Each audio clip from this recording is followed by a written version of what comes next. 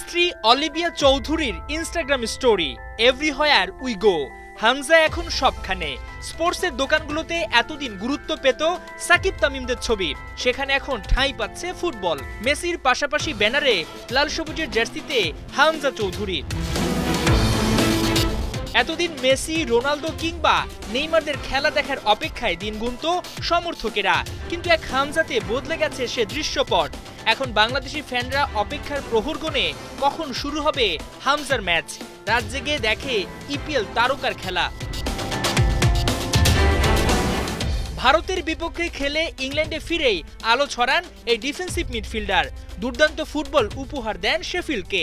প্রায় 89 মিনিট পর্যন্ত মাঠে ছিলেন হামজা। এ পুরো সময়টায় চোখ ধাঁধানো ডিফেন্স, অ্যাকুরেট পাস, সঙ্গে গোল করার মতো শট। তার অসাধারণ পারফরমেন্সে 3-1 গোলে জয় নিয়ে মাঠ ছাড়ে শেফিল্ড। কভেন্ট্রির বিপক্ষে ম্যাচ জিতে ঈদের ছুটিতে গিয়েছিলেন হামজা। এবার পালা জুব্বা খুলে ফের ক্লাব জার্সি গায়ে চাপিয়ে সবুজ গালিচায় ফেরা। ইংলিশ চ্যাম্পিয়নশিপের শনিবার অক্সফোর্ড ইউনাইটেডের বিপক্ষে খেলতে নামছে তার দল শেফিল্ড। ম্যাচ শুরু বাংলাদেশ সময় রাত 8টায়। এবার তুলনামূলক দুর্বল প্রতিপক্ষ অক্সফোর্ডের সঙ্গে বড় ব্যবধানে জিতে লিডার বোর্ডে নিজেদের অবস্থান মজবুত করতে চায় শেফিল্ড। ইংলিশ প্রিমিয়ার লিগে প্রমোশন পেতে আরও এক ধাপ এগিয়ে যেতে চায় ওরা।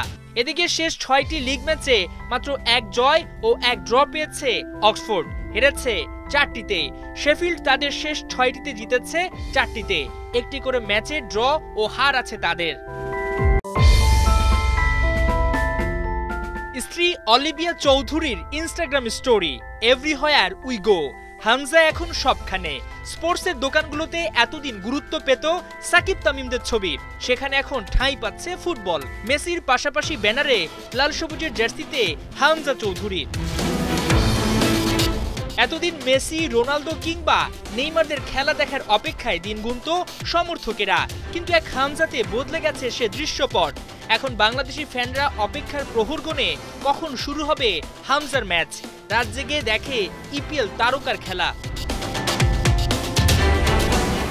ভারতের বিপক্ষে খেলে ইংল্যান্ডে ফিরেই আলো ছড়ান এই ডিফেন্সিভ মিডফিল্ডার। দুর্দান্ত ফুটবল উপহার দেন শেফিল্ডকে।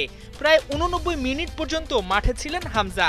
এ পুরো সময়টায় চোখ ধাঁধানো ডিফেন্স, অ্যাকুরেট পাস, সঙ্গে গোল করার মতো শট। তার অসাধারণ পারফরমেন্সে 3-1 গোলে জয় নিয়ে মাঠ ছাড়ে শেফিল্ড।